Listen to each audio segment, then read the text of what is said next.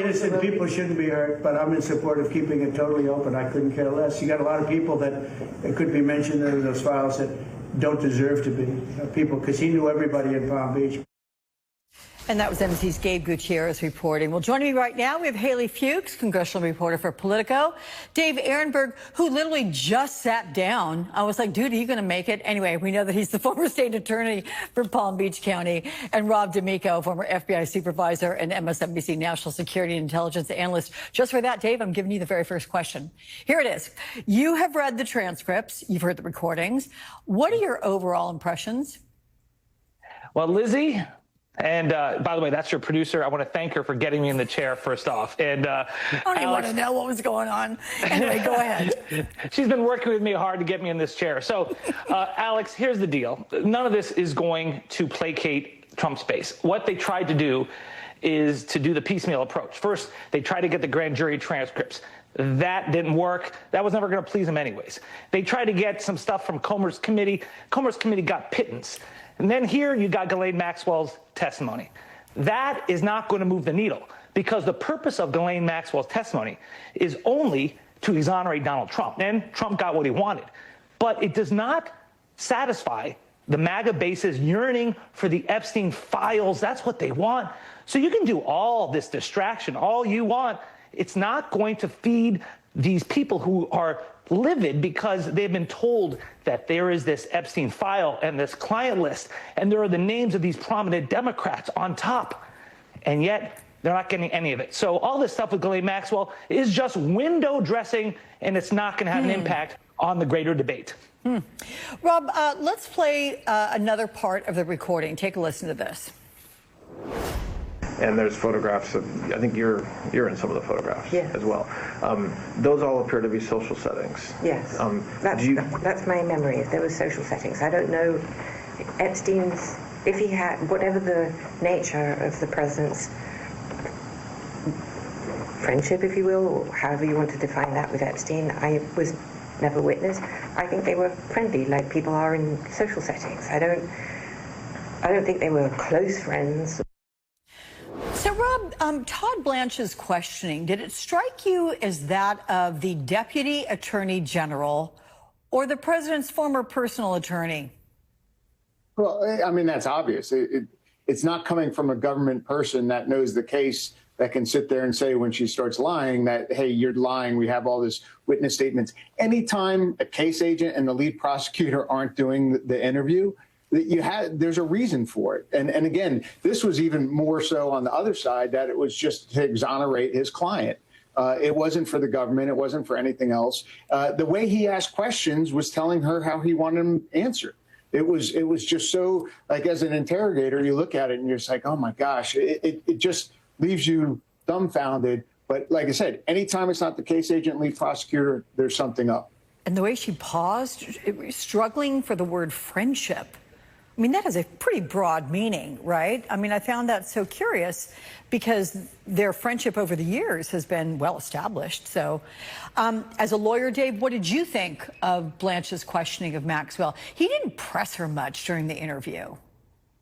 He wasn't there to press her. He was there to exonerate the boss. He was there to ask broad questions, and then they would release the transcript as a way to show that Trump did not engage in anything improper or illegal. But what's so bizarre about this is that we already knew that Trump had a friendship with Jeffrey Epstein, and there is no evidence that he engaged in anything illegal. But Trump is so sensitive to this that he sent down not a line prosecutor who could really grill Ghislaine Maxwell, but instead the number two person, his former defense lawyer, Todd Blanche, who didn't know much about this case, and so he couldn't drill down. If only they could have sent Maureen Comey down to interview her. She's the one who prosecuted Ghislaine Maxwell. Why didn't they send her down? She was fired. She doesn't work there anymore. She was fired. Yeah. Nope. Yeah, good point. Moving to you, Haley. So these recordings and the transcripts, they were released the very same day that the Justice Department turned over a lot of material related to the case, and that went to the Oversight Committee. In your latest article, you note it's tens of thousands of documents, and Congressman Ro Khanna said this morning only 3% of the documents are new. So what do you make of the timing and the content? So I think this likely isn't going to satisfy anybody on Capitol Hill. There's been a push among Republicans and Democrats alike for transparency from the Justice Department around the Epstein files. And certainly they're not going to be satisfied by the 3% of the files that have been sent over that are new or not public information. So, Rob, here's what Maxwell had to say about their accusers. And when I heard it, I was reminded of a point that was brought up to me by Epstein survivor Jess Michaels last weekend. So playing a couple sound bites for you back to back. Here it is. I saw him with lots of masseuses. I never saw a single masseuse ever look unhappy or not come back or whatever. So based on my observation, I don't think that if you are being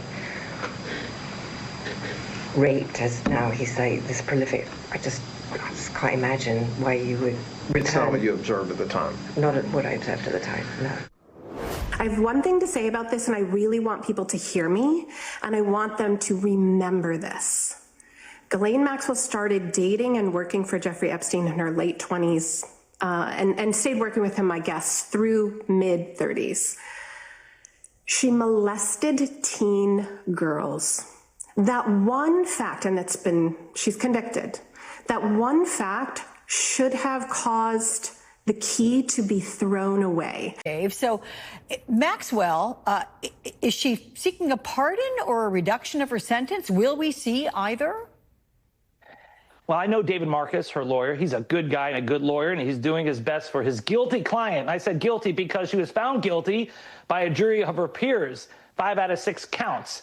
And she could have been tried for perjury because she was charged by this Trump administration with perjury, but then they were pushed aside for the bigger charges. As to what she wants a pardon. It's been dangled towards her, and I do think she probably gets it at the end of this administration because she gave Trump everything he wanted in that transcript. There's nothing else for her to do in her minimum security prison except for perhaps wait for, hopefully, in her mind, a pardon. She could also win at the Supreme Court. She does have her appeal pending before the Supreme Court. But her best chance of getting sprung from prison is through Donald Trump. So you think that she stays in the prison camp where she is, or at least incarcerated to some degree, until what, maybe January 19 of, I guess 2029, that would be, the day before Trump leaves office? Yeah, I mean, he pardoned Steve Bannon on the eve of his leaving office. Why wouldn't he pardon Ghislaine Maxwell? Trump doesn't care about the political parties, the Republican Party. He wants to reward those who are good to him. He's transactional. But you don't think he's going to do it before then, though, because that could come back politically to bite him. Correct. I do think politically it would hurt him if he pardoned Ghislaine Maxwell. You see the survivors, the victims, they're speaking up, and they will speak louder than ever if Ghislaine Maxwell, who has been the devil's accomplice, gets pardoned. She is guilty. She is a liar, and she should not be given this special treatment that she has already. Back with us, Dave. There's something unusual happened during this Todd Blanche meeting. Just one unusual Not thing? just one, but it's unusual for when this thing happened, and it's at the very beginning of their meeting. Listen to this. Good. Okay, so before we started recording, we met for a few minutes. I introduced myself, and we chatted, and now I told you that we were going on the record. And before we start asking questions, I know that you've been given by your lawyer a copy of what's called a proffer agreement, and I just want to spend 2 minutes making sure that you understand what governs our conversation today. The most important part of this agreement is that this isn't a cooperation agreement, meaning that by you meeting with us today, we're really just meeting. I'm not promising to do anything. So, Dave, I wanted to play that because I'm not an attorney. But what jumped out at me is the very first few words he says. Good. Okay. So before we started recording, we met for a few minutes. I introduced myself, and we've chatted. Is that unusual? Am I being conspiratorial in thinking, why is the president's personal lawyer, who is now the #2 official at DOJ, talking to someone before they start recording. And if it's a few, I could understand a few seconds. Hey, Dave, nice to meet you. Hit record. But a few minutes for a few minutes? It might have been just small talk, or it could have been something more, but it doesn't matter. I mean, really, she got sent to a minimum security prison afterwards, Club Fed, right? There's a pardon being dangled.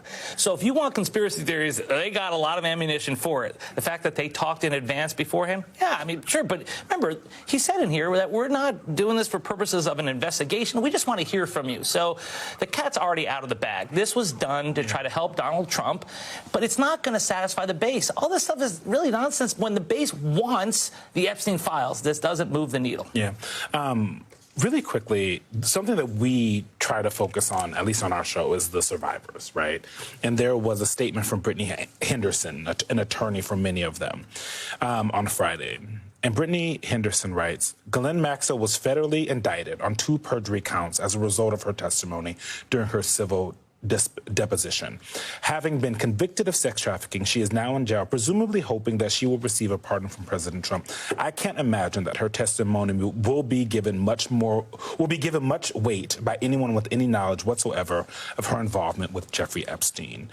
You know, one of the things, and we've had survivors on who've had Gretchen Carlson, who works with a lot of them on our air, and like, the thing that we don't hear from the White House a lot, at least I don't hear, maybe you hear more than I do, is about the survivors, right? Because they could highlight the survivors, because at the end of the day, Ghislaine Maxwell and Jeffrey Epstein are convicted of doing these things to these who at the time were girls. And that's been very striking. That, like me, you're probably angry, but not particularly surprised, right?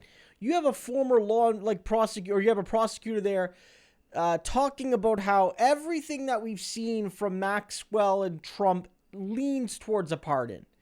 Even hinting at potential pardon dates, right? Of course, this is speculation, but it's from a person that has a lot of knowledge in the field. Somebody who's, you know, obviously never given a pardon, because that's like for governors and for presidents to do, but somebody who's probably negotiated deals for criminals, and he's smelling something awfully similar.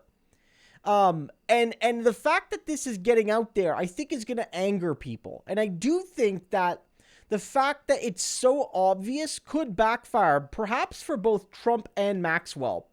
Because if this was like something that came out of nowhere, out of left field, say at the end of Trump's presidency, we wouldn't have time to react. Certainly 3 years from now, I'd be pissed along with you.